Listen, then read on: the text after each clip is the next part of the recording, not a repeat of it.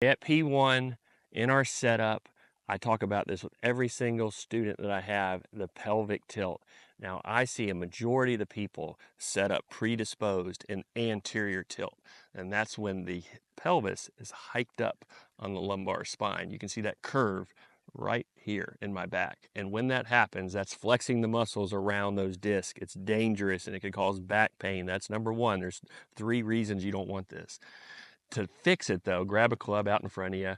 And if you're predisposed and you notice this curve, you're going to have to tuck the pelvis under the lumbar spine.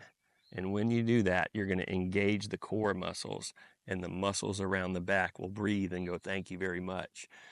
But you don't want to do it too much. We just want to find neutral. So there's all the way end of the range of motion in posterior tilt, all the way end of range of motion in anterior tilt, and there's neutral.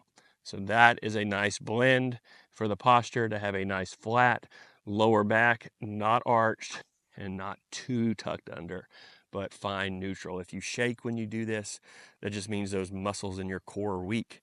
And you might need to either do this drill a little bit more, because this drill is actually an exercise, or do some crunches. The other 2 reasons this can really mess you up, other than back pain, that's number 1, is number 2 is it'll set you up for reverse spine angle. So reverse spine angle is at the top. That same curve that we saw it address will appear in my back at the top. This puffs my chest out to the sky and leads you to lift the club too much at the top. Now, to get good swing direction, you'll see people fall back to try to get the swing back, and that moves the swing direction too far to the right and sets you up for chunks, tops, duck hooks, push cuts. So reverse spine angle is bad news. You know, if you make a good pivot from a reverse spine angle, so the reverse spine angle is going to get you to want to lift high up in the backswing, and then you make a good pivot, you're going to come out on the guillotine plane too steep. So it sets you up for failure either way. You're either going to drop it under and have to time the swing direction to the right, or you're going to open up and get that tush line good and swing too far left and get too steep. So that's number 2, reverse spine angle. The third thing is it can lead to early extension.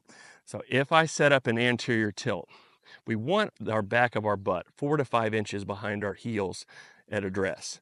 So if I set up an anterior tilt, it artificially puts my butt back there on that wall, but it sticks the center of mass, my body, forward. So it actually gets me out of balance. And you'll see a lot of people like this come off that tush line and early extend. So getting that spine more neutral, so there's tucking it under. Now watch how that moved my body more back over my feet. This doesn't cure early extension, but it gives you a chance to have a better, to keep right butt on, left butt on, right butt on, left butt on, versus anterior tilt and then going towards extension and coming off the wall. So 3 main reasons to start working on what this pelvis is doing and find that neutral. Adam Scott, watch that current golf swing of his. 8 to 10 years ago, he had that butt backing up, and ever since I think he's learned this, but his spine has come back to more neutral. It'll save your back, help you with that reverse spine angle, and help you not early extend.